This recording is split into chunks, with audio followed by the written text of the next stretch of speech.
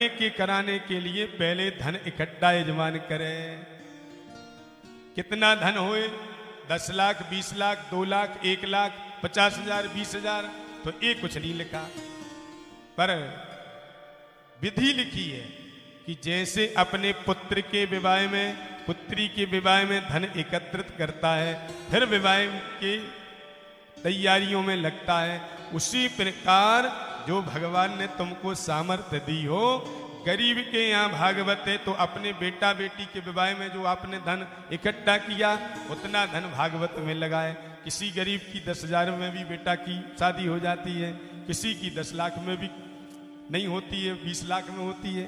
कहने का भाव, जो आपको भगवान ने सामर्थ्य दी हो उस ईमानदारी से भगवान की कथा को सजाए और धन एकत्रित करें और खूब सुंदर सुंदर उत्साहित होकर उत्सव मनाएं।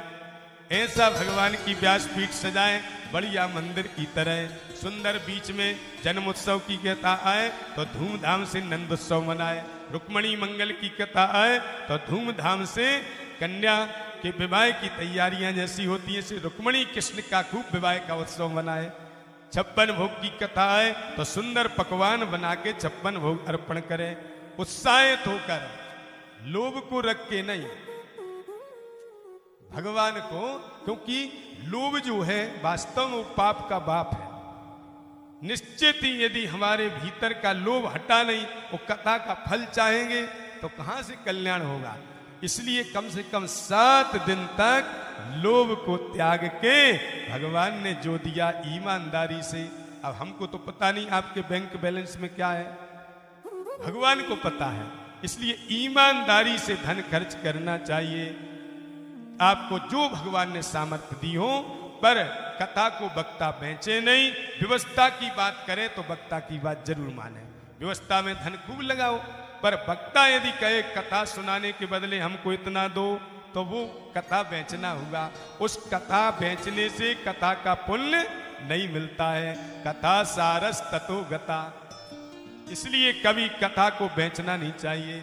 वक्ता को सौदेबाजी अपनी दक्षिणा की नहीं करना चाहिए।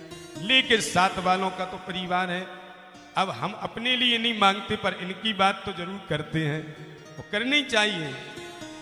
तो धन खर्च होता है व्यवस्थाओं में, इस भाव से कथा करे। फिर आई महीने की बात, तो 6 महीने मोक्ष सूचक कहे हैं, आषाढ़, श्रावण, भादों, कुंवर, कार्तिक, अघन। 1 महीने बहुत ही अपने पितरों के लिए यदि कोई कथा कराए तो 6 माह में से कोई महीना चुन ले, अथवा